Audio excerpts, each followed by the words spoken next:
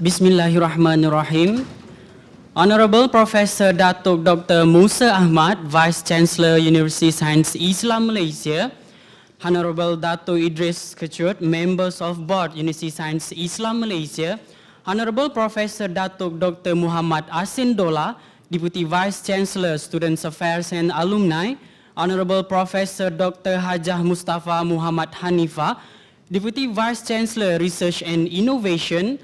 Honorable Professor Tan Sri Datuk Dzulkifli Abdul Razak, Chair of Islamic Leadership. Professor Dr. Dzulkifli Abdul Ghani, Dean, Faculty of Leadership and Management. Member of Management, Deans and Heads of Department, Professors, Lecturers, and ladies and gentlemen. Assalamualaikum warahmatullahi wabarakatuh. Alhamdulillahi Rabbil Alamin, wassalatu wassalamu ala ashrafil anbiya wal mursalin, wa ala alihi wa sahbihi ajma'in. First and foremost, let us all praise to Almighty Allah Subhanahu wa Ta'ala for His blessing that we are now gathered here together in this hall. Salawat and salam to our Prophet Muhammad Sallallahu Alaihi Wasallam for his effort that we can now enjoy the two most precious nikmat in this world, which are Iman and Islam. Alhamdulillah. We would like to express our gratitude to all of you for coming to this public lecture on charting the new path for Islamic higher education, which will be presented by Professor Tan Sri Datuk Dzulkifli Abdul Razak. Without further ado, I would like to invite Dr. Ahmad Najak bin Mukhtar, who is the Senior Lecturer of Aqidah and Religious Studies Programs of Faculty of Leadership and Management, for the recitations of dua.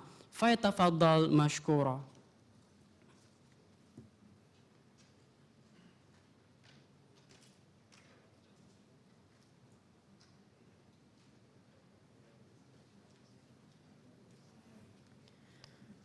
إلى حضرة رسول الله صلى الله عليه وسلم وإلى كافة الأنبياء والمرسلين والملائكة المقربين وأصحاب رسول الله أجمعين وأزواجه وذرياته والتابعين وتابع التابعين لهم بإحسان إلى يوم الدين وإلى أولياء الله الصالحين والعلماء العاملين وإلى والدينا ومشائخنا ولجميع المسلمين والمسلمات والمؤمنين والمؤمنات. الفاتحة.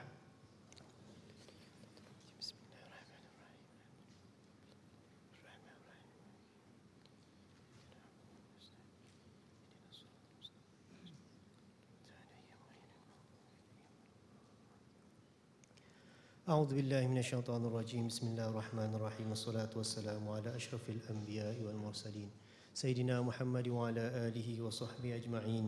حمدا حامدين، حمدا شاكرين، حمدا يوافي نعمه ويكافئ مزيده. يا ربنا لك الحمد كما ينبغي لجلال وجهك الكريم وعظيم سلطانك. اللهم صل على سيدنا محمد طب القلوب ودوائها وعافية الأبدان وشفائها ونور الأبصار وضيائها وعلى آله وصحبه وسلم تسليما كثيرا برحمتك يا أرحم الراحمين. اللهم اجعل جمعنا هذا جمعا مرحوما وتفرقنا من بعده تفرقا معصوما. اللهم إنا نستحفظك ونستودعك أدياننا وإيماننا وأنفسنا وأموالنا وأهلنا وأولادنا وبيوتنا، كل شيء أعطيتنا يا رب العالمين.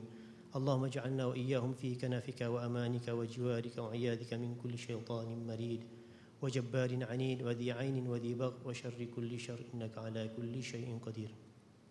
اللهم اقسم لنا من خشيتك ما تحول به بيننا وبين معاصيك، ومن طاعتك ما تبلغنا به جنتك، ومن اليقين ما يهون علينا مصائب الدنيا، ومتعنا بأسماعنا وأبصارنا قوتنا ما أحييتنا، واجعله وارث منا، واجعل ثأرنا على من ظلمنا، وانصرنا على من عادانا، ولا تجعل مصيبتنا في ديننا، ولا تجعل الدنيا أكبر همنا ولا مبلغ علمنا، ولا تسلط علينا من لا يرحمنا يا أرحم الراحمين.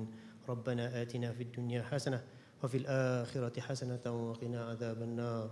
وصلى الله على سيدنا محمد وعلى آله وصحبه أجمعين، والحمد لله رب العالمين. تقبل الله منكم.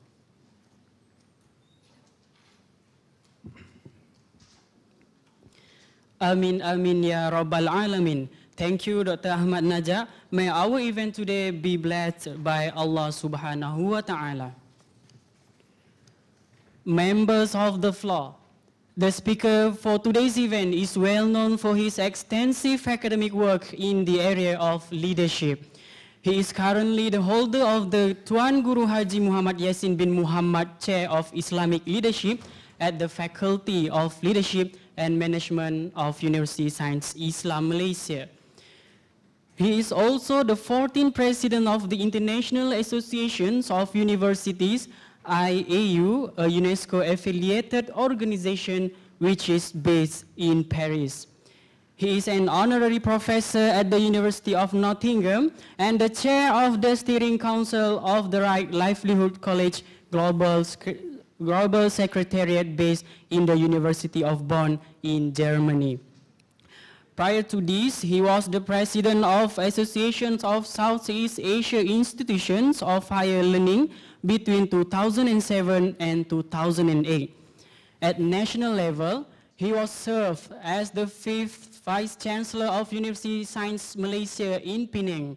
Members of the floor, his current post as the Chair of Islamic Leadership is named as Tuan Guru Haji Muhammad Yassin bin Muhammad Chair of Islamic Leadership, in which this chair brings together the schools of Islamic studies, management, and leadership.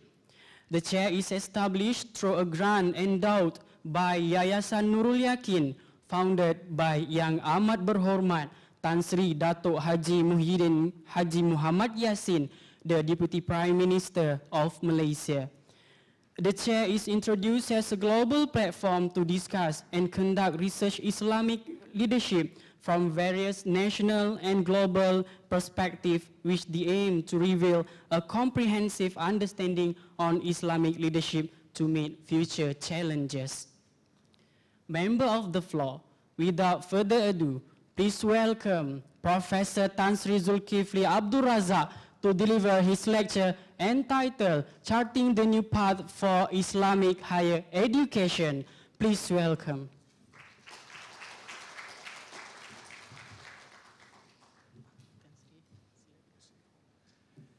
Thank you very much. Assalamualaikum warahmatullahi ta'ala wabarakatuh.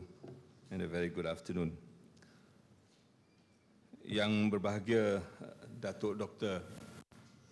Profesor Datuk Dr. Musa Ahmad, Naib Chancellor USIM, yang berbahagia Profesor Datuk Muhammad Asin Dola, Timbalan Naib Chancellor, yang berbahagia Profesor Hajah Mustafa Hanifah, Timbalan Naib Chancellor, yang berbahagia Datuk Idris, Ahli Lembaga Pengarah USIM,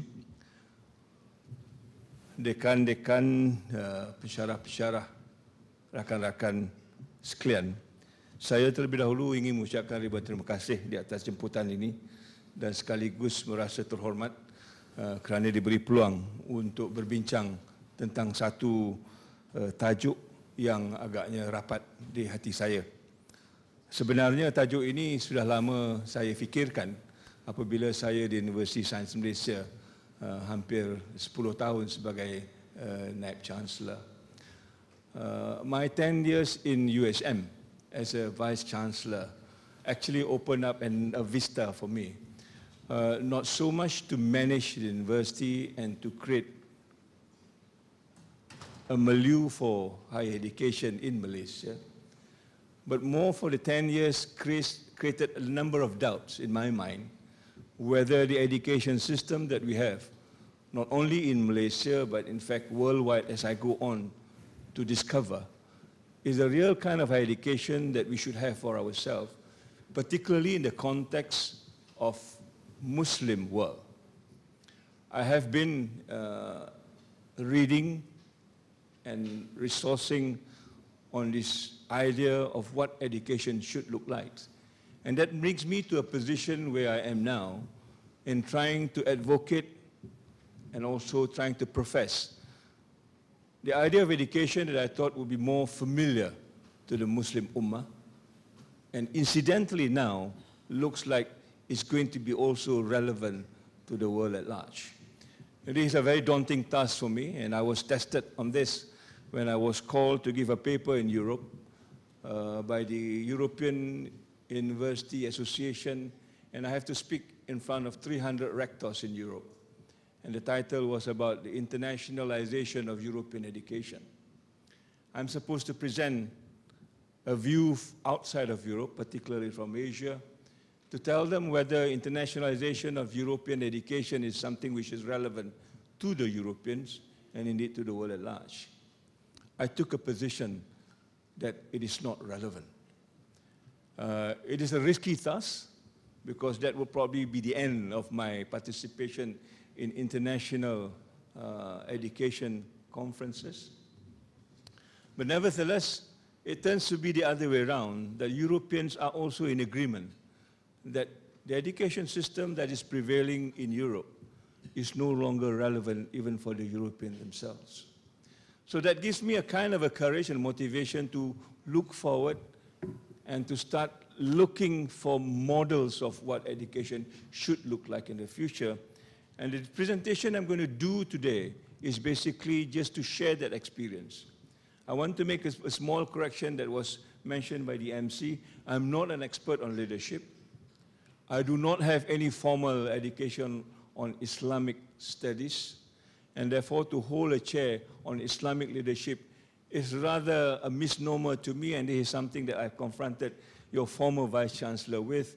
You're going to appoint me on this chair. I do not have any qualification to use this particular title.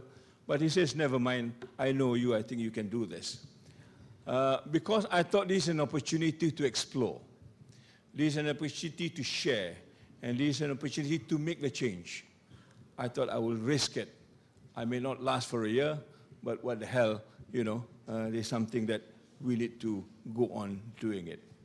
So without further ado, if you give me an hour or so, or perhaps 45 minutes, I'll go on sharing with you what I thought that we can perhaps share, perhaps criticize, and perhaps more importantly, build a kind of a foundation where education could be relevant for us, for the future generation, and particularly for the Islamic Ummah.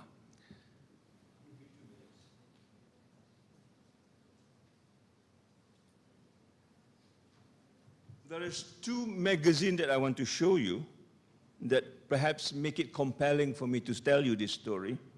One is Al-Islam, the latest version, and the subtitle is Islam Binasa, Muslim dipijak-pijak, dihina, dibunuh, diperlekeh, disakiti kerana mereka lemah.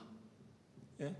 And on page 58, there is an article that kind of sums up the whole notion.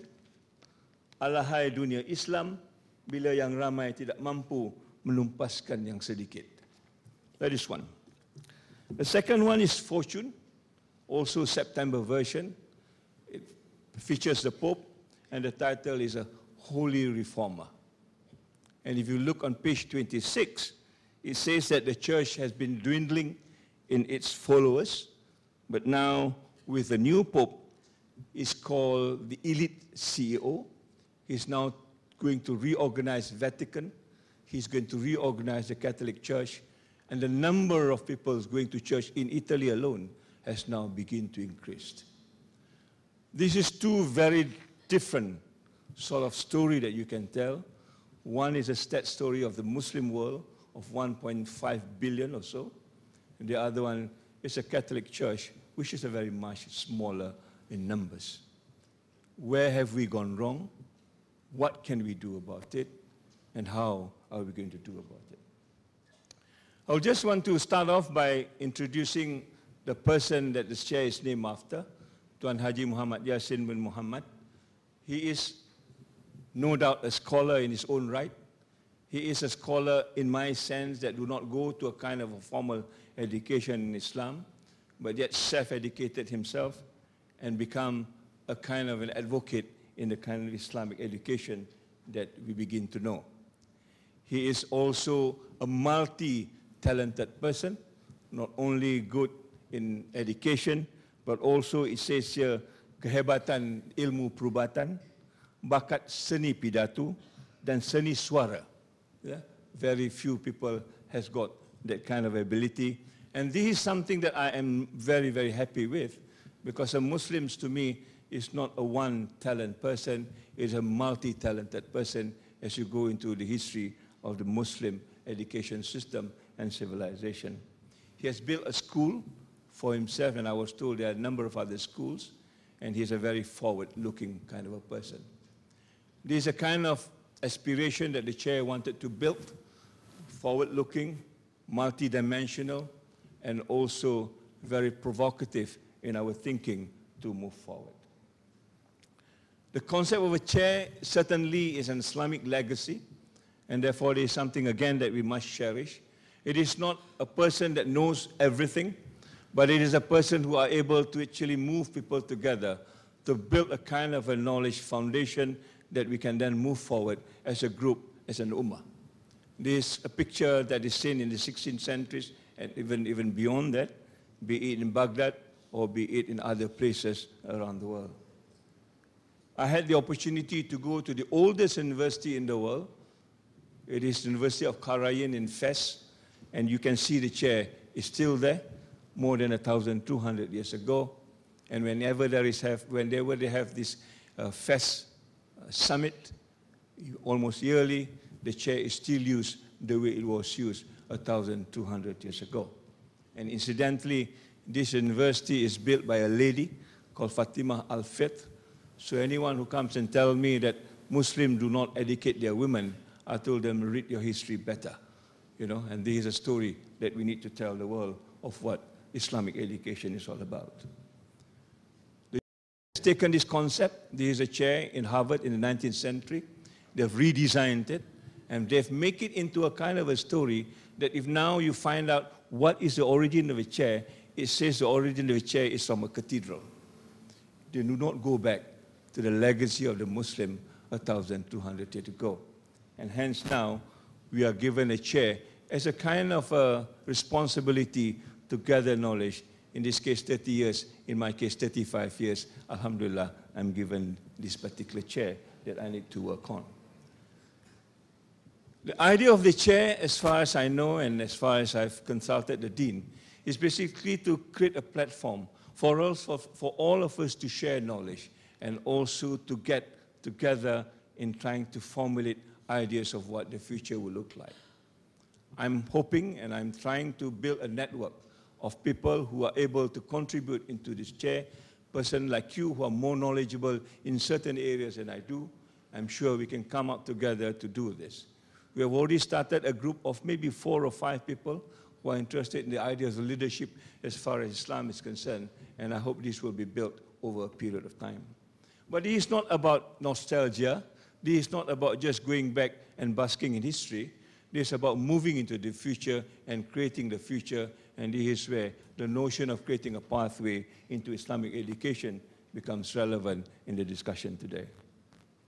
I take cognition of the philosophy of the university, which I identify very closely in trying to amalgamate knowledge into one convergence, and this is what is going on internationally, not only in the Islamic world, but also in the secular world.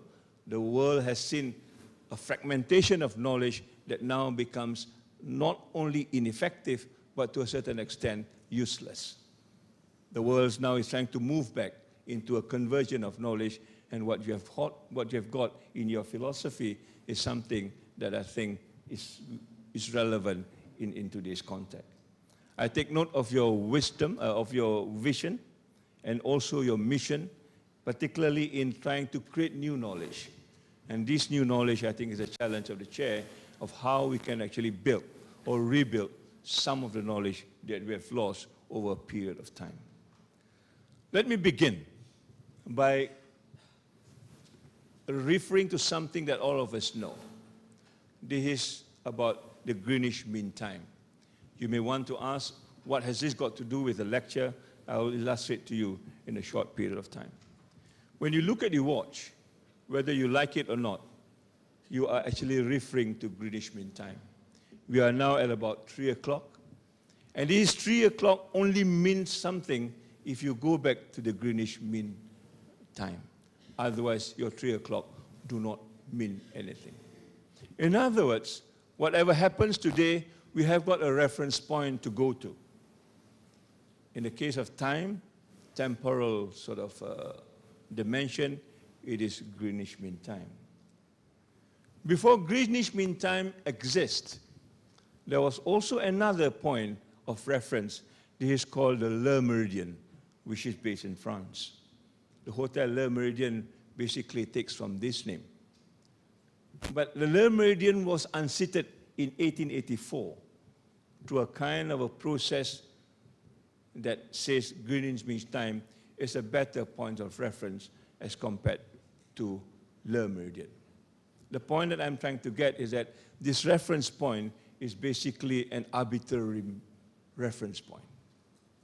It could be France, it could be Greenwich Mean Time, it could be somewhere else, it could be Mecca. In other words, we are not tied down to one reference point, but we need to find what is the best reference points as far as we're concerned. So this reference point in 1884 has moved from France to United Kingdom, right? And what is happening now, we are already slotted in a time frame that we cannot change anymore. I cannot say we are now at 4 o'clock because it is not in reference to the Greenwich Mean Time. In other words, whatever knowledge we have got today, we have to tie it up to that particular point of Greenwich Mean Time as a point of reference. But maps are maps. How you represent maps actually represent what you have in your mind. This is a particular map that was drawn in 1989 that gives a kind of a French perception of what the world looks like. Now you begin to see that the French are not interested in anything else, but everything only something that to do with. Maybe you want to switch off the slide so that you can see clearer the slides in front. Yeah?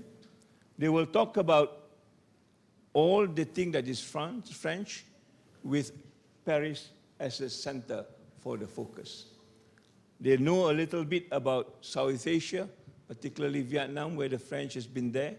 But other than that, they are not interested.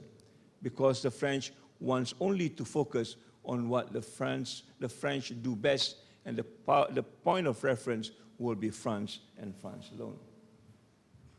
Another distorted map is when United States of America draw their own map and they think only about what they are interested in. What they are interested in is in oil, whether it's Syria, whether it's Saudi Arabia, whether it's Lebanon. These names do not mean much to them. It only means there is where you can get oil. When there's no oil, they are least interested. Yeah? Now, as the world moved on, they're looking at other places for markets. And therefore, Asia becomes a dominant place where United States of America is also interested. Africa, nobody is interested. It's always known the dark continent until perhaps very later on, you will see that Africa becomes an important point. My point in this particular slide is to show you the map or the mental map that you paint for yourself. It depends on the kind of perception that you have brought in. Muslims has got their own map, representing different sources of point where they are interested only for themselves. And this is a Chinese map. Yeah? For the global north, the northern hemisphere in particular, this is the kind of map they are interested in. Because the red spots are places where the GDP is less than 5%. And the global north are not interested in these areas. And generally, these are the areas where developing countries are placed. These are areas where people are suffering. These are areas where poverty is dominant. And these are areas where a lot of the Muslim population resides. And it is not in the map of the northern hemisphere. But as you look at the map, therefore, we begin to realize that the definition of the center of the world depends on what is the reference point. If you take the Greenwich Mean Time again, then that becomes the center of the world, at least for temporal dimension is concerned. Okay? And if that is the center of the world, then we have this idea of what is East and what is West, relative to that center of the world, relative to the reference point that we talked about. And in the period of colonization, that world again is divided into many sections, into many regions. Yeah? So you have the Far East, you have the North, you have the Middle East, and you have the Near East. Yeah? That do not happen in the Western world, because the Western world is the one that creates this. You perhaps hear of the Wild Wild West, and that's about it. You know, it is nothing to do with geographical dimension as such. Now, this division is when it happens when you do not know how to deal with a situation. This whole question of trying to divide and rule is basically when you're confronted with a problem and you don't know how to solve the problem, then you resort to a question of divide and rule. And there's something that we need to take cognition of as we go down to this lecture. So when we talk about the West, the concept of the West now becomes no longer geographical, it becomes cultural. So you may start with the West in Europe, as the map dictates, but that now has expanded into a bigger dimension, where also includes America, because these are the people actually from Europe that migrates to America. Yeah? But you'll be also stunned to find out that Australia is part of the West, although geographically Australia is not in the West. Why it is considered as the West? Because their norms, their cultural values, their way of life is very much Western in that particular domain. So we begin to move from the center of reference in a geographical sense to a center of reference in a cultural sense, to a center of reference where we find people at different kind of places, but yet belonging to one particular idea of what it is all about. Africa, which is always stated in the West, is never called the West.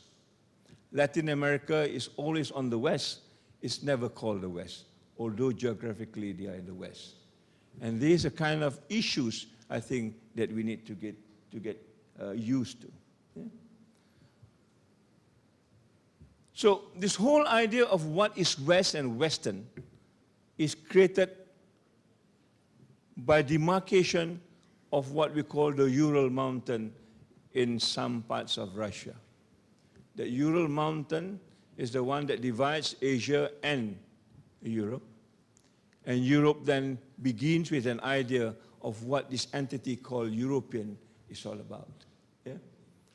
Not only that entity now is taking into consideration America and Australia, over a period of time, that idea now has moved out into what we call a process of internationalization, a process of globalization. So as I attend your Usim Alamiah the other day, a question that comes to mind, how does Usim Alamiah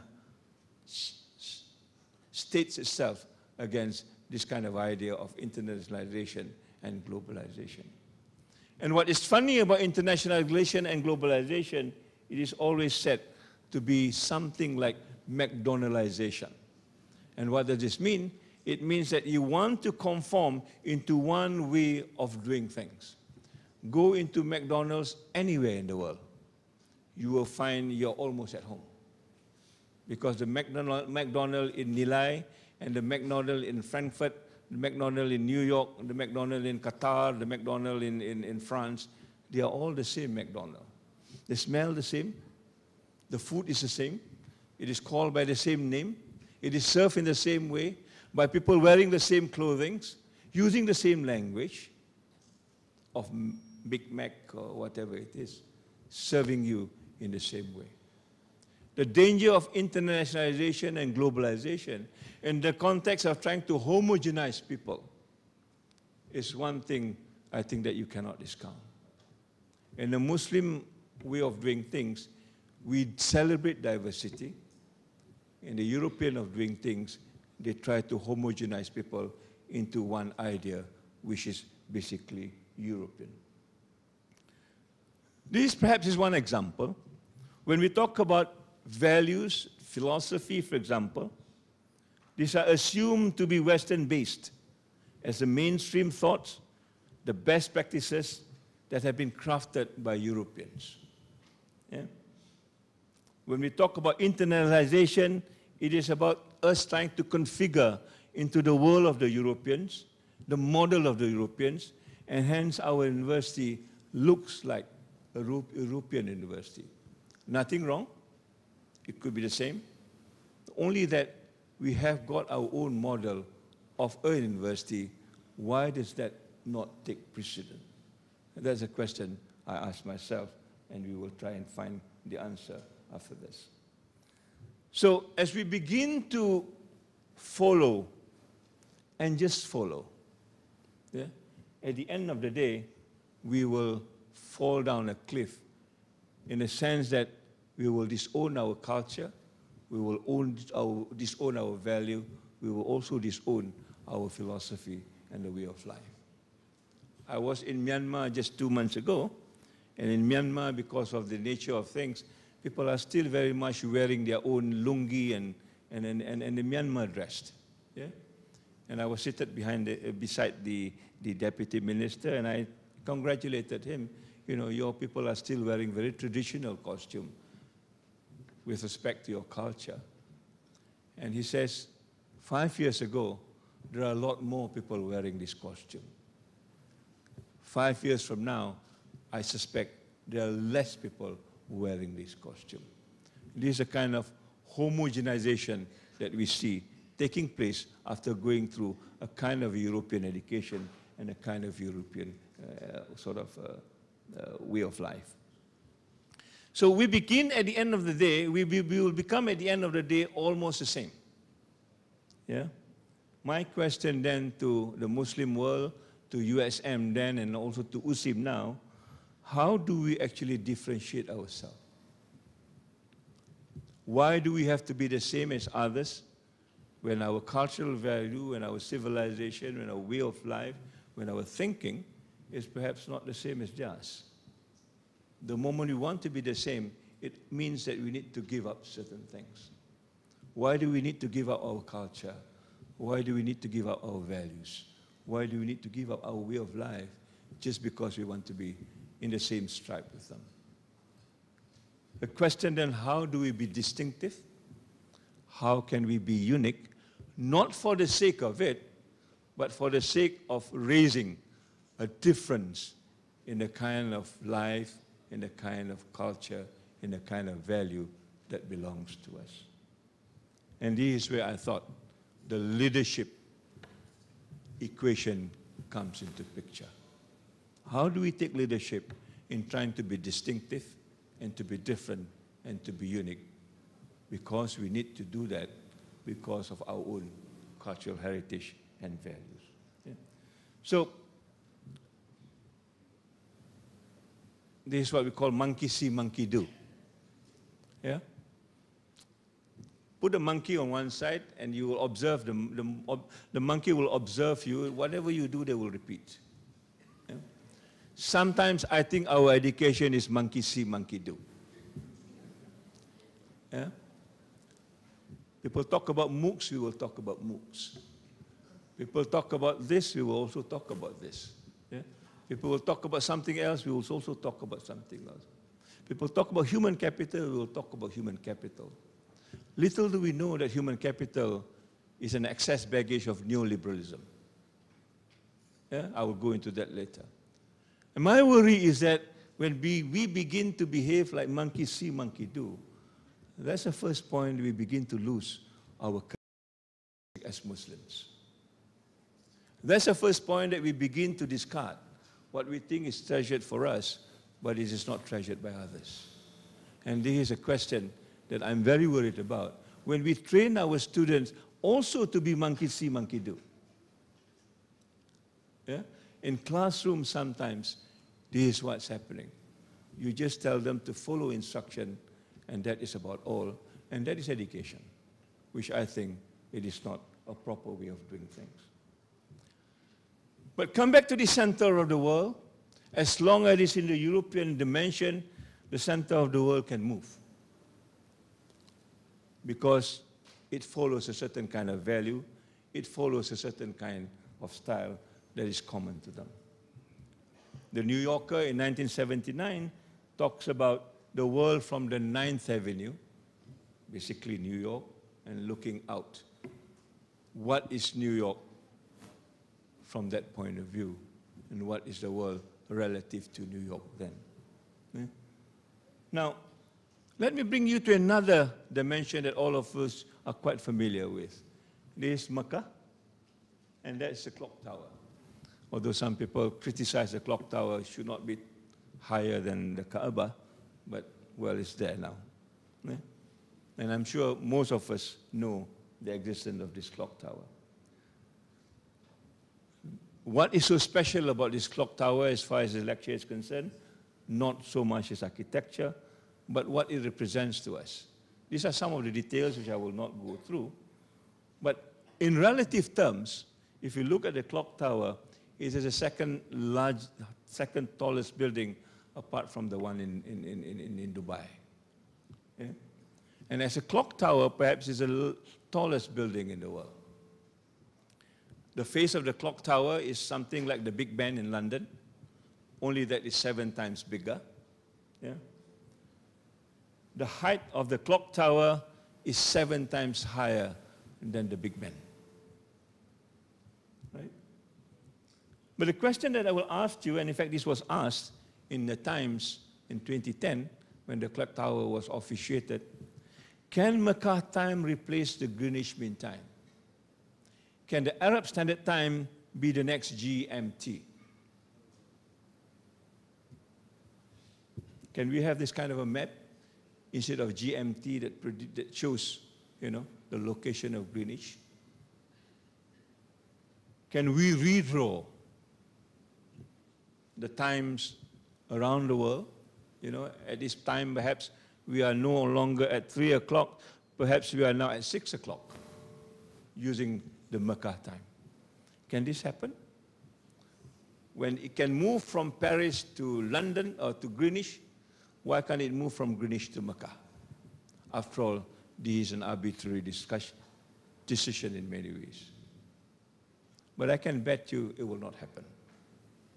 It will not happen for the reason that Europeans will not allow it to happen.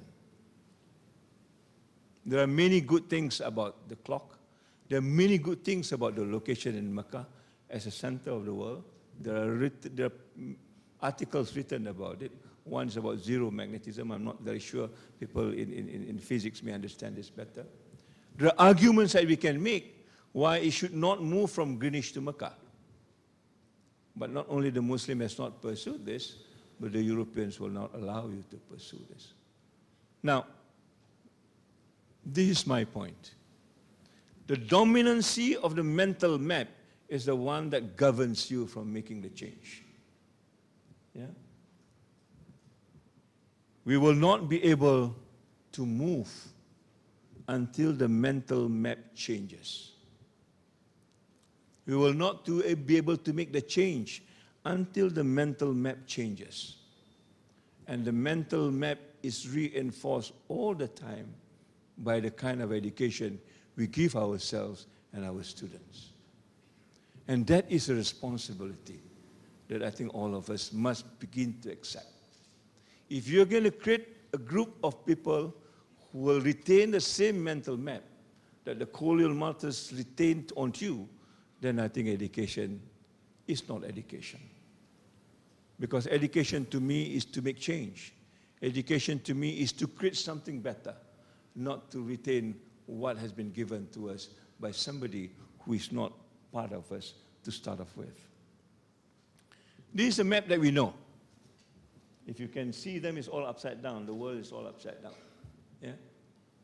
Because this is the mental map that we're given all the time. But what if I draw this map this way? Will the world around us change? The world will still be the world, but the perception about the world will change.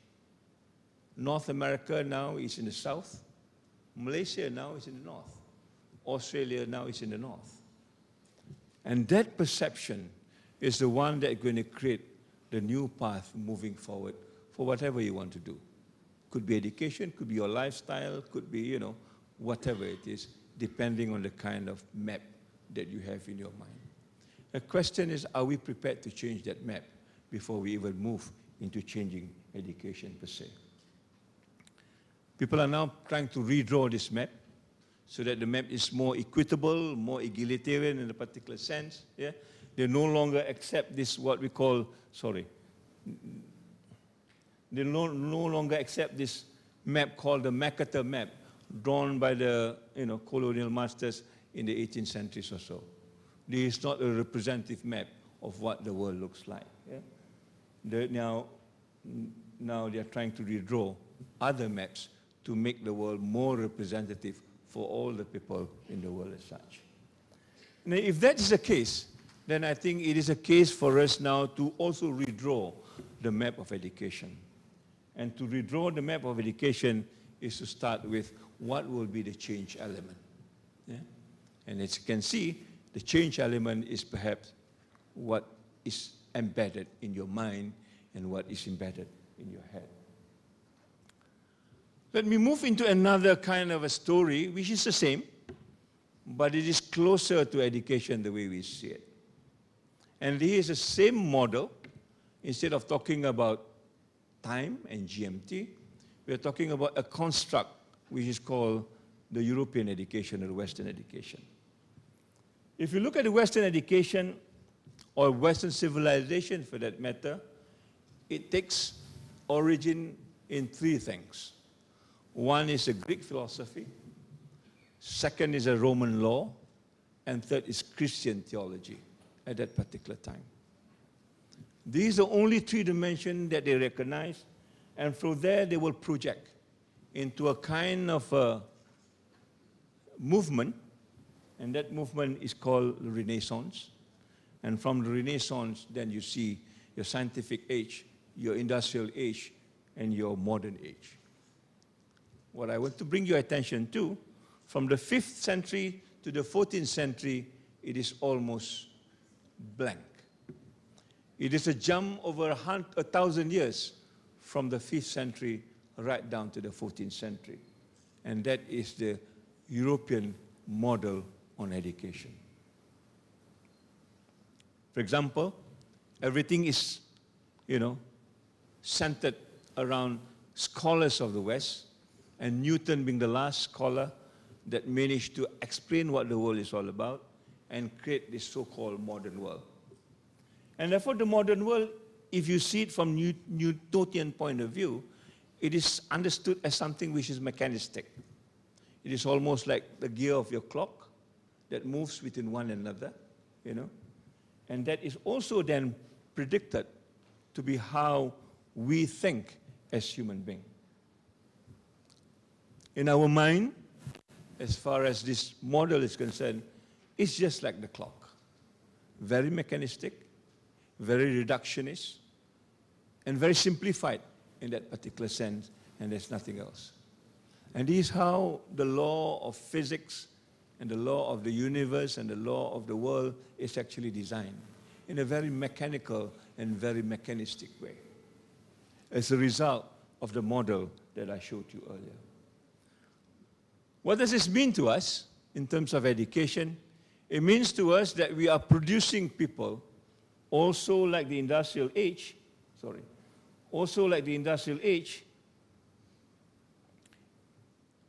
that resulted from the Renaissance in a very mechanistic way. It doesn't matter where we are. It doesn't matter where we are. When we look at our classroom, for example, it is almost like a factory. Let me give you one example. On the 1st of September, you're going to get brand new students coming in. And these brand new students are almost like raw materials to us. Yeah? If you talk about making bread, this is the flour that comes in. You need to mold this flour. Yeah? And they are moved into the first conveyor belt called the first year. And they will go into factories like this, very much like this. You will add value to them. Just like you add value to your flour. It could be sugar, it could be whatever kind of bread you want to make. Yeah? And they will move by the clock. 9 o'clock to 10 o'clock, this factory. 10 o'clock to 11 o'clock, next factory. 11 o'clock to 12 o'clock, next factory. And this will go on day by day. I will be, or you will be, if you lecture, the operator of that machine. We will add the value to them, you know. Next day, second day, third day, fourth day. At the end of the day, there will be a quality control called the exams. Those who pass the quality control will go to the second conveyor belt, called the second year. The process repeats itself. You go to another, to another, to another.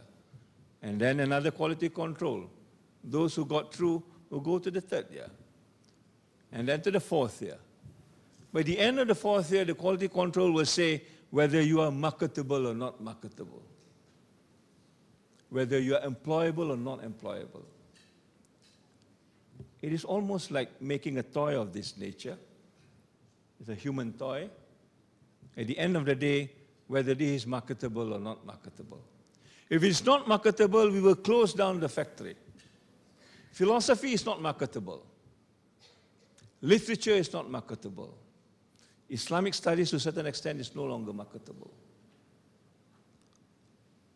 What is marketable now? IT, commerce, management, science and technology, these are marketable. And therefore, we begin to design our factory in such a way those subjects that are marketable will be taught. Those who are not marketable will be withdrawn. And that's why I like your Akli and Nakli, because it challenges this model. We do not longer talk about education only on market terms, because market do not decide what the university should teach. Yeah? So at the end of the day, we will work on this kind of a model, and our mechanistic thinking becomes reinforced by numbers and numbers and numbers. I do not like the KPI, I'm quite frank with you. Because it reinforces that mechanistic thinking. Only things that can count will be the one that you will work on. If it cannot count, then it is not important. So at the end of the day, you're going to see your dean or your vice chancellor and present to him or her 80% of that one, 70% of this. You know, I've done 3 of that. This has gone by another, double, 2 folds, 3 folds. And we do not care about things that do not count.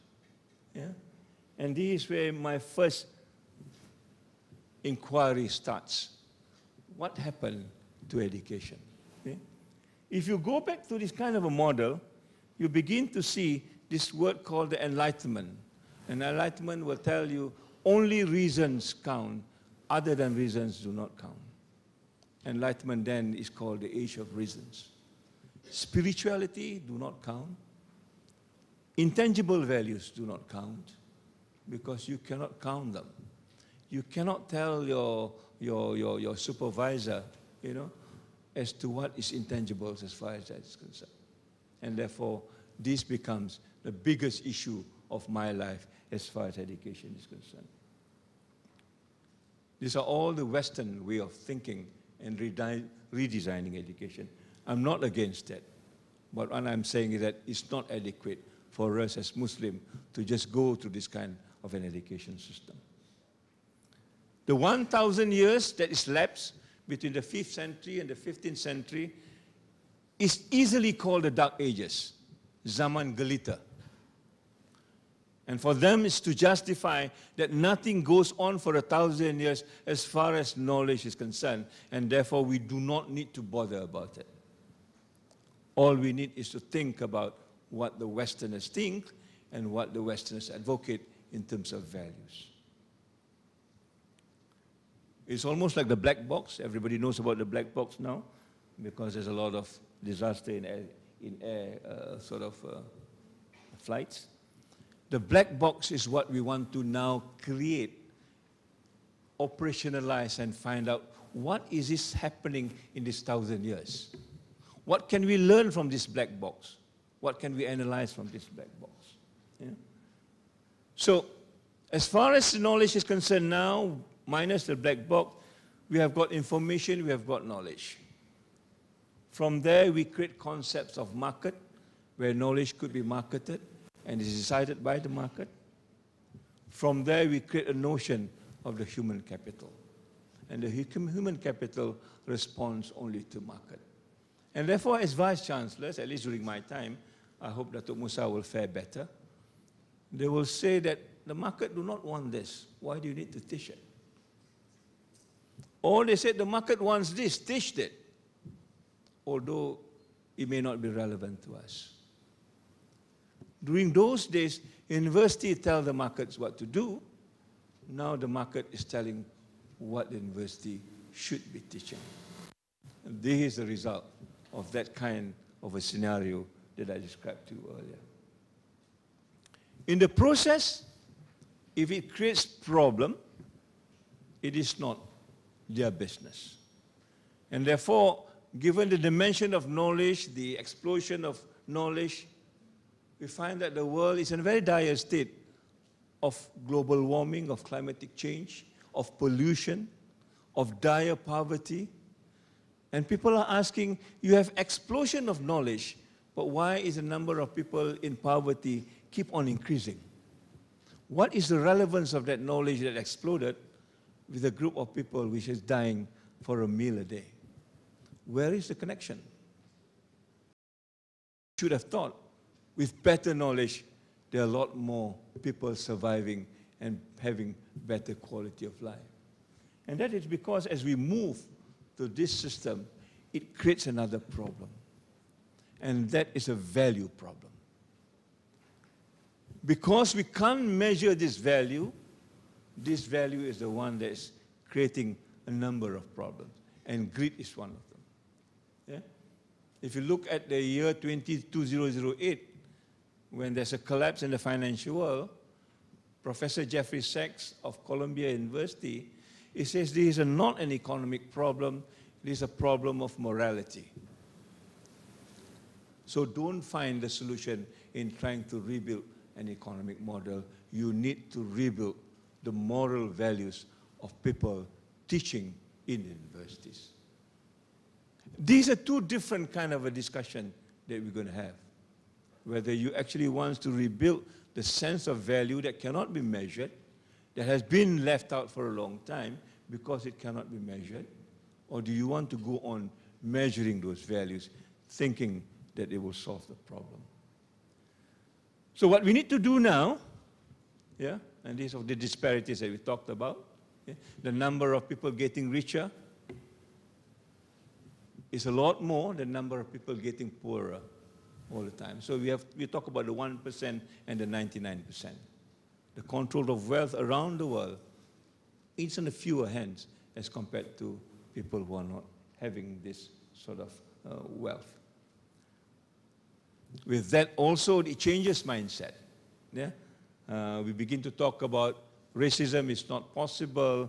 We begin to talk about anti-Semitism, you know, each time you criticize the Zionists, for example. But when it comes to the Muslim, the lingo changes. It is about freedom of expression. This is a kind of dichotomy that do not sit well with me. And this is why I'm giving you this talk today. So the second part of it, if you want then to have this element of change, then you should begin to see what sort of change does it create. It should not create just a small change of creating new buildings and perhaps new, economy, perhaps. I am looking for a civilizational change. How does it change civilization? Yeah? And if you read a book recently that talks about the collapse of the Western civilization in perhaps less than 50 years from now, that is the kind of change that we need to look for. What does it make to create a new civilizational change as far as moving forward in the education is concerned? Let me just go very quickly into what this black box is all about. As far as the Western model is concerned, the black box is about emptiness. For the 1,000 years, nothing happened. Yeah? And therefore, everything must come from the Greek philosophy, the Roman sort of way of life, plus a little bit of Christian theology to move the world. It is an empty space as far as they're concerned. You may not be able to read this, but if you look at the timeline presented here, all the discoverers, be it mathematicians, be it philosophers, be it chemists, be it social scientists, they are all Europeans, coming from the Greek right down to the modern days.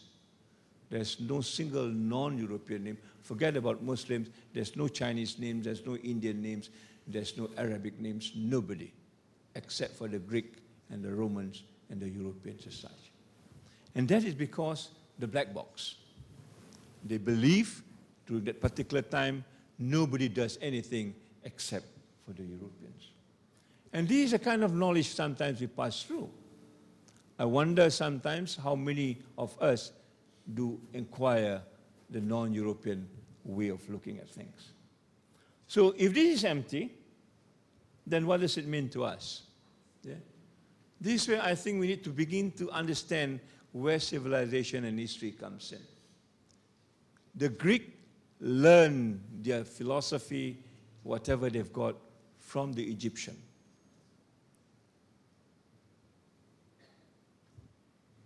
It is then passed on to another civilization, almost 5,000 years old, which is the Indian and the Chinese civilization. That goes on to the Persians and finally to the Muslims at about the 14th centuries. And we begin to see this in the year 711 when Andalusia began to move up, yeah, until Andalusia collapsed in 1492. But by then, so much of this has gone into the Western world. These are all Eastern contribution. I'm not trying to champion the East, but I'm saying again that we are trying to complement what the Western has given us.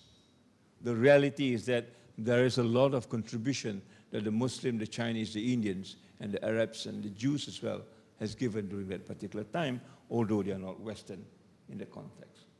So if we take the Eastern dimension into picture, we begin to see perhaps there should not be any notion of enlightenment that reason is superior.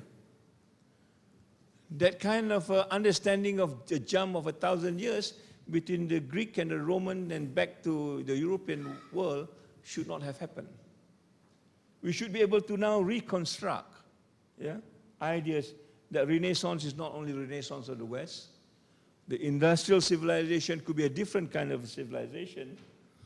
And the modern world is a different kind of a modern world, not the one that we experience today with all its problems. And this is where I see the opportunity arises from us. In the 21st century, if you can redraw this map, we should be able to reconstruct what the 21st century looks like for the Muslim world and the non-European world at large. This is where I begin to see the new path that we're going to create for education per se. The same map, yeah? But instead of just talking about the Western world and the Western civilization, we begin to make connection that Copernicus, before he transfers his knowledge to Newton and the rest of it, borrowed the idea from Ibn Shatir 200 years ago, when the world then was known in the Dark Ages. In other words, many of the knowledge that we've got now is actually borrowed from another civilization, as so happened the Muslim civilization. But that is not known to us because we are kept under this purview of so-called the Dark Ages. So what I'm trying to say, basically at the end of the day, is how then we can bring this back. Instead of emptiness during the 1,000 years, we should be able now to reconstruct what is the education contribution, the knowledge contribution that happens within 1,000 years. Who are the key players? What sort of impact would we have? What sort of knowledge can we bring back into the mainstream education when we talk about the development of knowledge as a whole in the context of education? And instead of just talking about the mechanical thing, how then we can bring into fore a different set of values. The values that recognize that the heart is also an intellectual seat of learning rather than just the mind. How do you bring back the idea of wisdom into knowledge rather than just knowledge for knowledge's sake per se? These are big issues that I think we need to start grappling with if we want to make those changes happen the way we want it to see.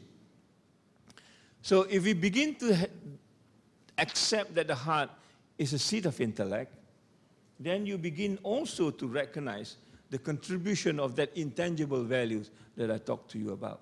Yeah? And that intangible value at the end of the day will liberate your mind into a different world of knowledge altogether, where wisdom is embedded into it. This is a challenge that I see USIM is getting into. When you bring in the integration between Akli and Nakli, although I'm not very well versed with this, I'm learning about it, but I saw this opportunity of integrating what is intangible and what is tangible in the context of the education we want to create. So we need to redraw this diagram now by saying it should not stop there. It should go into a realm of wisdom, coming from the Sunnah, coming from the Quran, coming from the civilization of the Muslim. It should be able now to reconstruct not the human capital, but the human being. It should be able to change the whole market perception into a kind of a more holistic perception of what the heart is about. After all, somebody said, education, the heart of education is education of the heart. How do we begin to reconstruct this is a question that we need to explore together. So the next path in this particular case is to begin to understand, what is the competitive difference between what we've got now and what we're going to create in the civilizational change that I talked to you about. And certainly, the integration of knowledge is one of those perceptions. In USM, before I leave, in the year 2011, we organized a conference called the Decolonization of University and the Decolonization of Knowledge. We brought 60 academics from around the world to interrogate this assumption of knowledge that we've got now, be it science, be it social science, be it humanities, be it whatever. And we begin to see the difference between what we can contribute and what we're having now today in the world of education as we know it. And this decolonization, although it's a sensitive word to Kementerian Pendidikan, but they're beginning to accept it, that we need to change. And that change is not just a superficial change. One of the change that we need to understand is basically to understand back our history. And it is 700 years of exploration of knowledge in the Andalusian world, where we see knowledge comes out from Cordoba, from Granada, from Seville, from Toledo, from Malaga. These are all domains of the Muslim world that was taken up by the Europeans when this particular fort fell in the year 1492. Many of us are not aware of this, and therefore begin to assume that the Muslim in this particular context is actually lemah. And I think it is because the lapse of knowledge in our own history and our own philosophy. Look at this map in the year 1000. You begin to see here is a Caliphate of Cordoba in Spain. I cannot move this cursor. You begin to see here the Emirates of Sicily. There's a town here called Bari, which is also an emirate. Meaning to say that the Islamic influence has gone into Europe long before we realized it. And for the discussion of the Caliphate now, if you go to the CIA website, the CIA website has got 4 scenarios, and one of the scenarios is a Caliphate. And this has had something to do with the history that we have gone into. I'm not saying that it will happen tomorrow or day after tomorrow, but there is this possibility in history that this one has happened, and this is the nurturing of the Islamic values in this heart of Europe as such. Look at this fresno, drawn by Raphael in 1533, I think. Yeah? And if you look at all these names, Plato, Aristotle, Socrates, Pythagoras, you also see Ibn Rushd there, one of the Muslim scholars that has been accepted in the European scenarios, including Avicenna and so on and so forth. Again, giving us the notion that there is a contribution of Islamic knowledge within the context of the European development at that particular time, which is nothing new. Yeah? So the path that I'm suggesting next is basically how do we construct this knowledge that we have got within that Western-centric model that I showed to you earlier. How do we now close this? Maybe we need to do a big surgery, yeah, from kepala tenganga ni. How do we close that? How do we begin to inject the question of the mind and the question of the heart, and hence bringing you to your discussion of your akli and nakli? How do we do that? Yeah? Because that is, to me, is the way forward. Let me try and end this by giving you the notion of this whole cycle by identifying what is the element of change, and the element of change that I've mentioned to you is basically the diversity that we have got vis-a-vis what we are told, the kind of civilizational experience that we have got historically and is real, it's not a make-believe, that has painted a different kind of a picture during the 700 years of civilization of the Andalusia, the kind of progression that we see. In the 10th century in Cordoba alone, there are already 400,000 books, when in Europe, there are no more than 2,000 books. Why is it now it's a different thing? Why there are more European library, why there are so few in Malaysia, for example. Yeah? I always make this contrast. In the 10th century Cordoba, the population is about 500,000. Right now in Pulau Pinang, the population is just about 600 to 700,000. In Cordoba, in the 10th century, they have already got about 400,000 books. Yeah? If you minus USM in Penang now, how many 100,000 books do you get? I'm sure it's less than 400,000. In Cordoba at that particular time, there are already 70 libraries. In Pulau Pinang, you go to Pulau Pinang now, one of the more advanced states, how many libraries can you find? Apart from the university libraries. In Cordoba at that particular time, there are already 500 librarians. My wife is a librarian. In Pulau Pinang, we cannot get 100 librarians also. What we have is more shopping malls and more shopping malls. In the shopping malls, there is not even a bookstore. These are kind of contrast that we begin to see today. Yeah? So how do we actually create that civilizational change based on knowledge? And how then start to compete and compare this into what others have got and make that change and be able to construct the new knowledge. Again, the construction of the knowledge, we will remember Baitul Hikmah in Baghdad around the same time that takes knowledge from the Greek and the Romans and translated them into Arabic. And it is the European then learned Arabic and translated them to Latin. Right now, if you want to translate a book, it is not a good proposition. During the days of Baitul Hikmah, if I translate this book, I'll be paid in gold as heavy as the book that I translated. Right now, if you translate a book, you probably pay, what, 2 ringgit a page? And therefore, nobody wants to translate a book. And the level of knowledge in our own language becomes very stagnant. So these are issues that I think that we need to learn and bring it to fore so that we can begin to reconstruct this knowledge and also the system.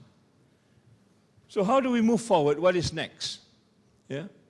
In the course of my stay here for a year, I hope to learn from you this whole idea of nakli and akli, because I think that is the most important link in this change of knowledge that I talked to you about. Yeah? Once we get that right, inshallah, we can begin to profess a kind of a philosophy of education, which is not the kind of philosophy that we see now, that is dictated by the market and creating of the human capital alone. I begin to see, for example, dalam kita punya falsafah pendidikan negara, we talk about manusia seimbang, bersepadu, sempurna, yeah? Rohani, jasmani, intellect, what's the other one, emosi. Tapi mengapa at the end of the day we talk about human capital? Di mana keseimbangan kemanusiaan tadi? Where is the disconnect?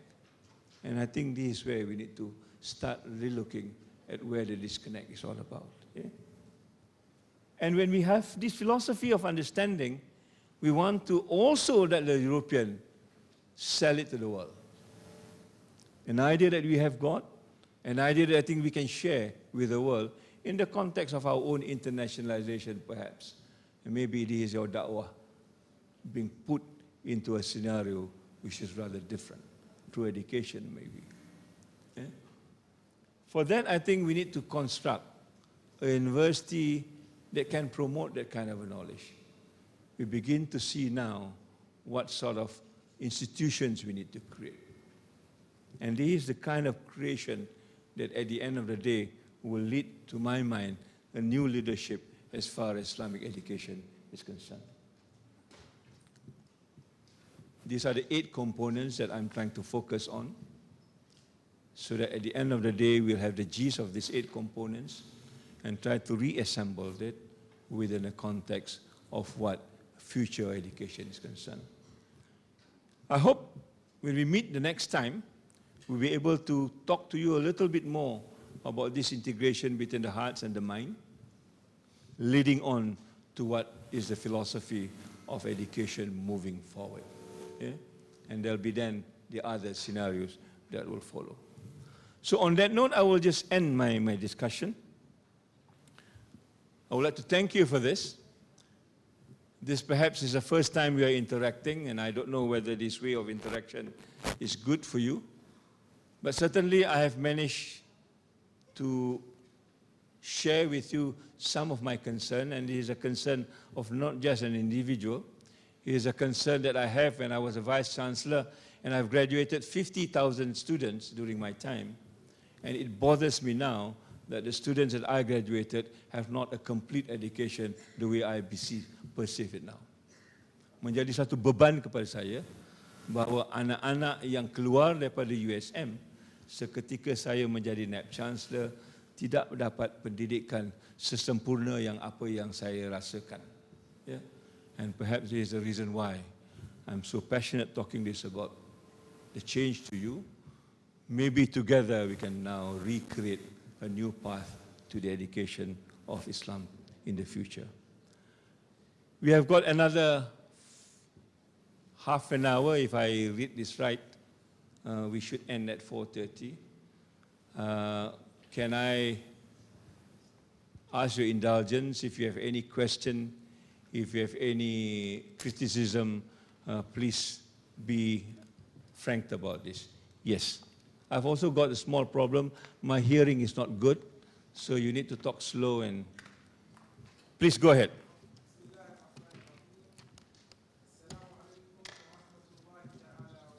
Alaikum assalam wa rahmatullahi ta'ala wa barakatuh.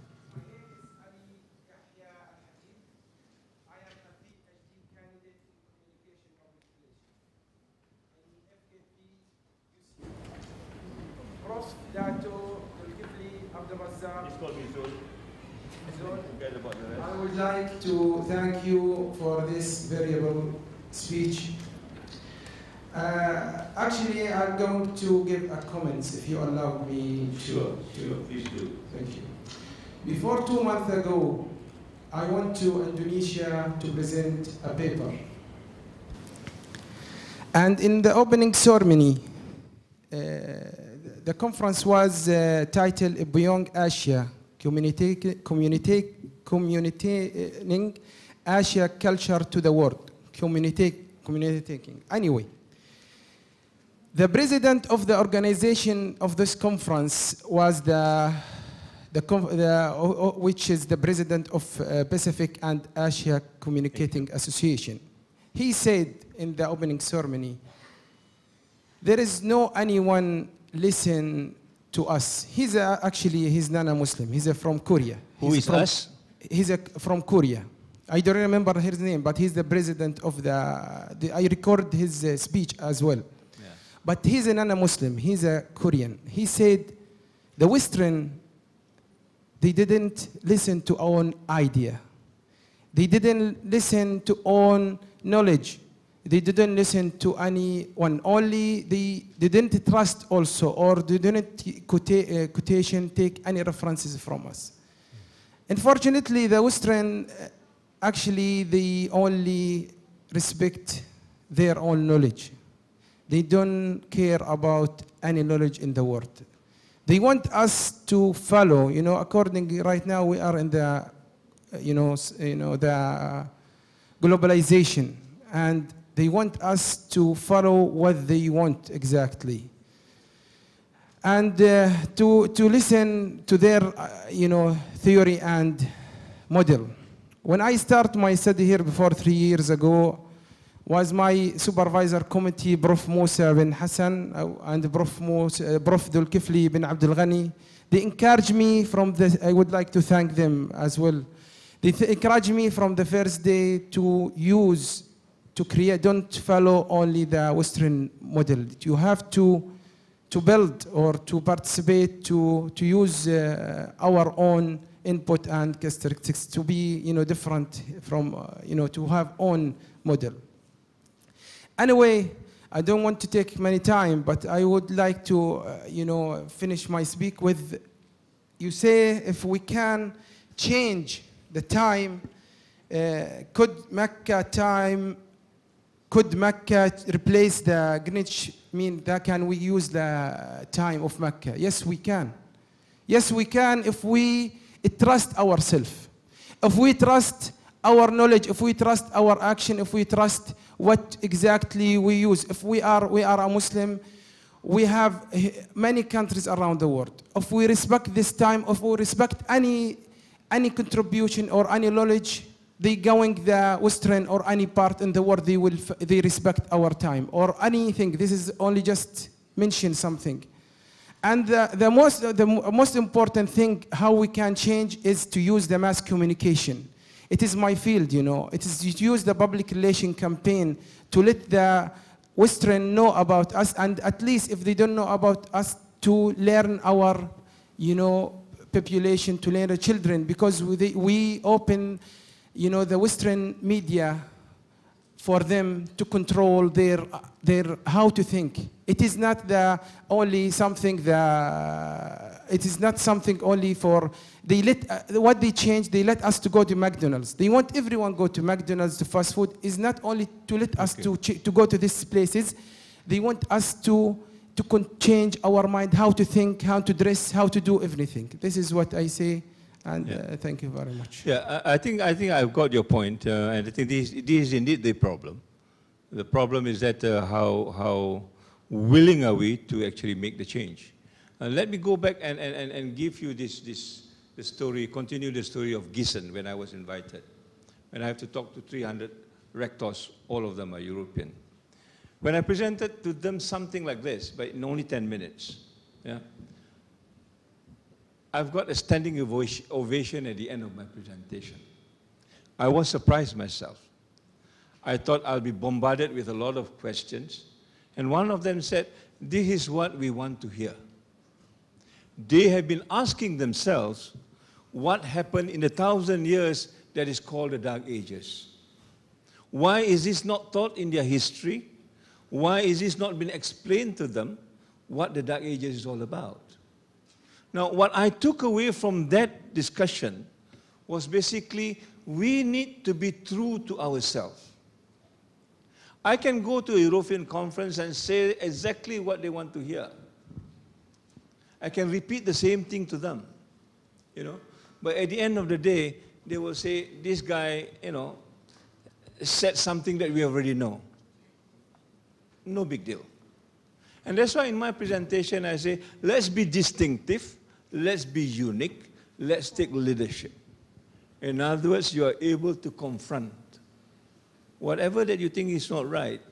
From the academic point of view, I'm not saying that we confront them from, you know, a different point of view. From the academic point of view, we have enough, I think, evidence to show that Islamic civilization, as far as knowledge is concerned, is already unique.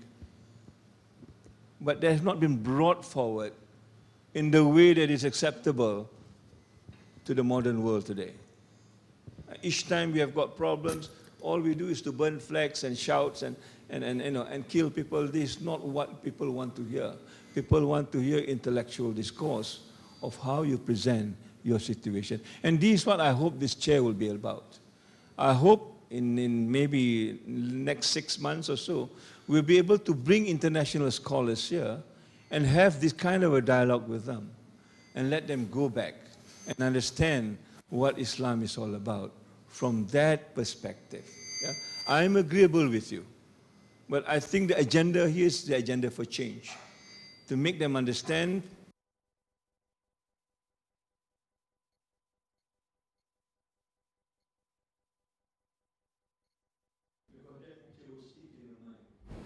You know, we need to close the gap. We need to tell them what we want to do. But it's not easy. It's not easy because the perception around the world, even in Malaysia itself, is not that way. When I was asked to be a vice chancellor, they say, I want USM to be good. They say, follow Harvard. I say, why do I need to follow Harvard? My model is good, it's not Harvard. But yet, each time you talk about good in education in Malaysia, it's either Harvard, Cambridge, Yale, MIT. But let me tell you also the history of MIT. When MIT was built 150 years ago, the Vice Chancellor then said, I need to build a new, different, bold university. The president of MIT then did not say, I want to build a university that looks like Harvard, because Harvard is already there. Neither does he say, I want to build a university that looks like Cambridge or Oxford. He says, I want to build a different, bold, and new university. But that is a kind of dilemma we are in. You're right in the sense that we don't trust ourselves, neither do we trust our knowledge. And therefore, we need to get somebody as a reference point. Back to my first point. Yeah?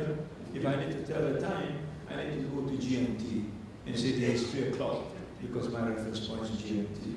We are not able to change the reference point. Yeah? Okay, any more? Yes, please. Yes. The presentation was very well done. Congratulations. Thank you. Tan Sri, prior to the... You want to move somewhere, yeah? Yeah.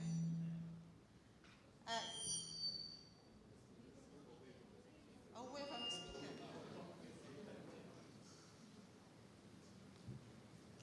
I think coming back to history, Tan Sri, it was at one time where the religious people, such as the priests, they were very, very well respected. The word of a priest is everything. So when they started to overuse their power, so then came the Newton theory, then came the Darwin theory, the evolution theory, then people start to turn away from religious people. And this is where the mechanistic world, the determinism world, the reduction world came into. So now we are going back again to integrate this Nakli and Akli. How is it, Tan Sri, that we can pull again the trust of people to this Nakli and Akli? Because at one time we were there actually. We were really there, to the extent that John Locke says that there should be the separation of state and church, because the opportunity given to the religious people were not being used well by the religious people. What's your comment? Okay, a good question. Today, I think we can use it because there is more evidence of this mechanistic reductionist way of looking at things, giving problems to the world. Yeah, I mean, climate change is one good reason. People are talking about anthropogenic sort of reasons why the world is the way it is. In other words, the human mind alone will not be able to solve the problem. We need some other wisdom. And this is where I think we can make the case for it. Yeah? But secondly, I think more importantly, we need to make the case on a very academic sort of platform. You cannot just say, because we are Muslim, therefore we are good. Because Islam, and therefore we are the best. People are no more convinced on that because we have burned our bridges. As Muslim, we are not the best. As Muslims, we are this, you know. And in fact, when we talk to people that we are Muslim, they begin to have second thoughts, whether you are, you know, that civilized human being. So that is the bigger perception that I think we need to work on, the kind of mindset that people look at Muslim. In fact, there's a book now called Closing the Muslim Mind that tries to negate all the things that I've mentioned. They are trying to say that the civilization of the Europe do not come from the Muslim. It comes from a different group of people, the Jews perhaps. Yeah? There are also these other forces that are trying to negate what we are trying to preach. And therefore, I think we need to be very, very subtle about this in our presentation. And what you have mentioned earlier is do not go overboard on this. Sometimes we go overboard in preaching people, saying that we are the only one who knows stuff and they don't know.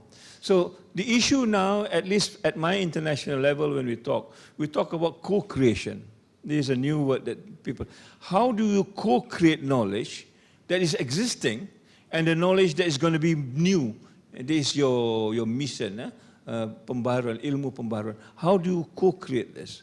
How do you recognize what is existing and how do you add value to it given the Islamic perspective on this? And I think this is where I hope we can join effort to do this. Although this is at FKP, I'm sure there are other faculty that has more knowledge and more, you know, articulation on what we are talking about, that we can talk about how to co-create this within ourselves and then taking it out from USIM maybe a year from now. But it must be done. I have no doubt about it. If we go on doing this, not only the Muslims Ummah will perish, I think the whole world will perish. Read this book, The Collapse of Western Civilization by Oracus and Conway, that predicts if we do not change our education system, by the year 2073, the Western civilization will collapse. And already a lot of my colleagues in Europe are saying that the education system in Europe is no longer working. And hence you've got concepts like knowledge democracy now. You've got concepts like community engagement now. People are talking about let's bring back indigenous education. You know, and this go back to your sekolah pondok. People are talking about different things because they see the knowledge system that we've got now is not workable anymore in the world moving forward. This is an opportunity, I think, that we need to reconstruct as a university to move forward. Okay, any other questions? Yes, please. Can we have the mic for the lady in front? Maybe you can take mine.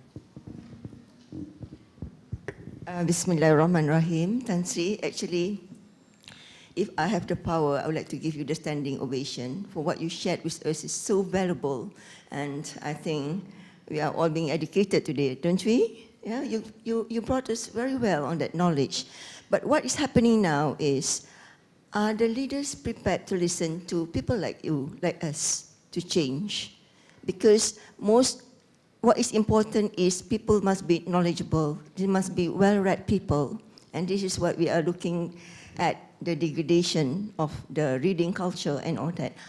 Without knowledge, without this, those ideas remain ideas. And I really appreciate that you are bold enough, brave enough to share all this with us for the sake of the next generation. We need this bold change, Tan Sri. Are we ready for this? Because the universities are not offering subjects like philosophy, sociology, and all that because they are so frightened that we misled the student. You look at what happened now. We don't have thinkers anymore. So Tan Sri, I wish and I hope to clone you all over so that we are brave to make this change because the leaders, number one, must be able to look at this idea. We have to win them first because they are politicizing the education system. And if this happens, our ideas will remain an idea. Tan Sri, let us give him a big round of applause for sharing a beautiful, and I've been waiting for this to happen. Thank you. And I'm very proud. I'm from Yayasan. This is Nazana, the director. We started this idea of creating this chair, and I'm happy to see it realized at USIM. Congratulations, USIM, and I hope you bring this idea for the next generation. Thank you. Thank you. I think you're giving me too much credit, but the point is this. The point is this. I am old enough, and I've gone through, I think, many battles, and there's a lot of battle scars on me, but I survived. The lesson that I learned is kita boleh buat teguran, tetapi kita mesti buat teguran cara beradab.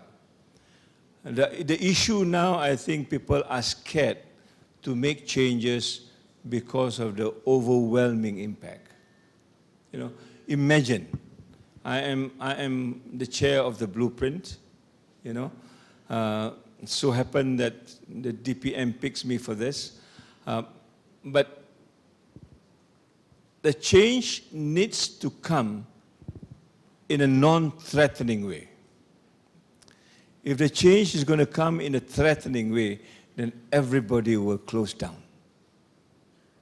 That is the wisdom that we need to learn.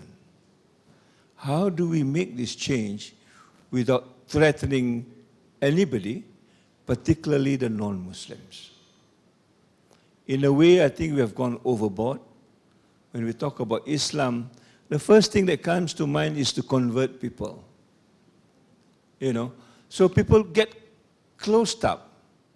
One person that I'm going to bring, inshallah, we are still negotiating on the date. His name is Paul Killer. Paul Killer was a Christian when he organized the World Festival of Islam in 1976 in London. That's the first world festival that has happened. And Paul was instrumental in that. But over time, Paul became Ahmad Killer. And he's now in Cambridge. Paul became Ahmad Killer because nobody converted him, but he converted himself, knowing what Islam is all about. So my proposition is basically give them enough knowledge, enough resources, enough information. A wise man will make their own decision. We do not have to take them aside and say, be Muslim today. You know? And the first question when you meet people, you say, are you a Muslim? You know, many people are turned off because of that. Another story that I will share with you, it is our own very private story. When we were studying when my wife was studying in Canada, we invited a friend to eat in lunch, you know, and we served chicken curry. My wife is not a bad cook. But the question that she asked was, how come your chicken tastes different from the chicken that I've been eating all the time? Simple question. And we just need to explain to her this, how we Muslims prepare our chicken. Within 3 months, she became a Muslim. So we do not have to ask her, be a Muslim, be a Muslim, be a Muslim. We are the best people in the world, you are not. We are going to heaven, you are not. You know, those stories people do not listen to anymore. And this is where I think USIM has a tremendous role to play. If your student graduated with that kind of a sophistication in thinking, I think everybody will flock to Islam. This man is doing it. This man is doing it. There are already 3 books on him and what he has done, you know. And I think we need to think along the same way. Yeah. So I am with you, and I think there's nothing special about this, but we need to be true to ourselves, the kind of knowledge we've got, and be sophisticated in trying to present it. We've got through that, inshallah, we will be there. Yeah, inshallah, we will be there. Okay, we've got another maybe 5 minutes. Yes, Dr. Mazan, I know you. Assalamualaikum, Tan Sri. Yes. I have one question here. As a lecturer, looking back to our student, how are we going to start this at the most basic level, which is our students? Since here in USIM, we try to integrate, give them everything. We give them sociology knowledge, sociology of dawah knowledge, social science, and some technical values. Whereas in outside USIM, generally we are still measuring the same. For example, the question of where is our students today working? So we are still calculating the same thing. So from your own perspective, from the basic level on our students, how are we going to start this as a lecturer? Thank you very much. Thank you. This is the same question that I asked myself when I was in USM. I think there are 2 issues here. One is, are we giving our students the kind of knowledge that they need to make themselves, quote-unquote, valuable? When I say valuable, it doesn't mean that you're going to be employed. Some of us are employed but not valuable because we are employed by a wrong employer. Yeah? So the word employability alone is something that we need to question. I have been questioning this. But USM, when I was a Vice Chancellor, USM is known as University Suka Melawan. You know, because we question them. When it's about employability, if my students are employed by a tobacco company, do I feel proud by it? You know, I will not be proud. But yet employability is taken as a kind of a gold standard that you are successful if your students are employed. If my students go on to do da'wah on his own, and I've got another friend which Mahazan has made. He's an orthopedic surgeon. He works only 2 days a week in a private hospital, and 4 other days he did da'wah. He just came back from Gaza. That's the kind of students that I would love to have. He's not even employed in that particular sense. He's working on his own. So we need to question, Mazan, this kind of benchmark that is put on us. Bila menteri kata ataupun somebody kata employability is just, we need to stand up and say, is this what university is all about? If university is all about employment, then we can become another high school. I think that's more enough. The VC can be called a headmaster. Fine. Then we can talk about employment, we can talk about employability. If you want to remain in university, that mindset that I talked to you about was the one that we need to change. So coming back to your question is then, I would suggest, as I've done in Al-Bukhari, but it's a short-lived experience, all students in Al-Bukhari going through history of philosophy. All of them will go to a course on ethics. All will go them to a question of history of science. Because these are the road maps that you need so that you can lay your compass on.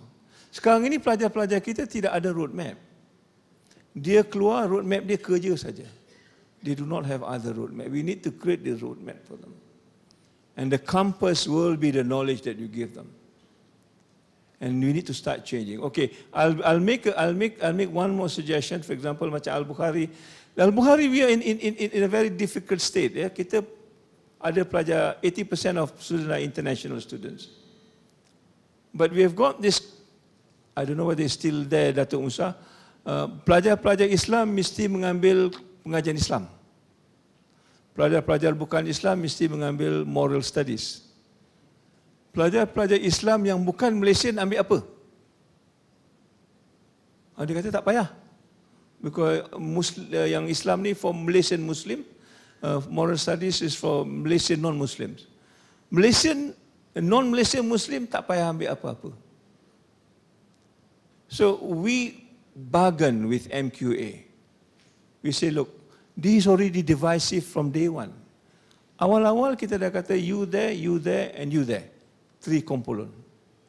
So we bargain with them and say, can we start a course called the Great Civilization? In other words, you begin to study the civilization that I taught to you, I showed you this today, right? And you begin to understand where Islam is in the context of Christianity and other religion. And you begin to appreciate the strength of Islam in that particular mode.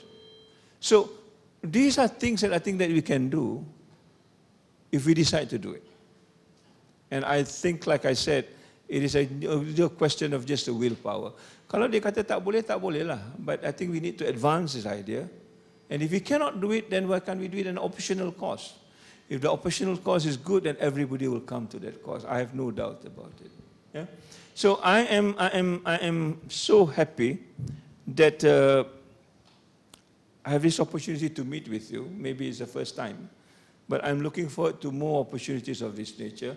I've got a room somewhere there, bilik tingkat 3. The door is open. When the door is open, that means I'm in. When the door is closed, means I'm not in. It's not the other way around. Please walk in anytime.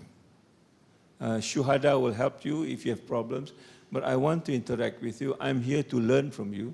This akli-nakli thing is such a big thing that I need to learn. But I think this is a solution to a problem. Work on it.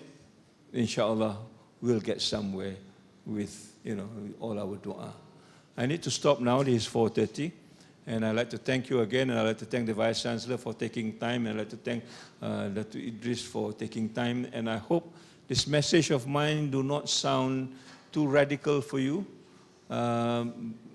It is done with good intention, niat yang baik, supaya kita tidak lagi dalam keadaan yang macam ini. Ya. It's very painful to read this article. It is now all over town. If you talk about Muslims and the non-Muslim reads this, dia kata, why do I need to listen to the Muslims? Saya tidak mahu menjadi orang yang sudah hanya dipijak-pijak, dihina, disakiti. Why do I need to go to them? And then they saw this magazine and said, this is a magazine, this is a person that I want to go to. And we need to start making that shift now, I hope, insyaAllah. So terima kasih banyak, dan saya minta maaf kalau saya terkasar bahasa. I'm not used to your tradition and the way you do things, but Alhamdulillah, this is what I managed to do today, and I hope we are blessed with it. Assalamualaikum warahmatullahi taala wabarakatuh.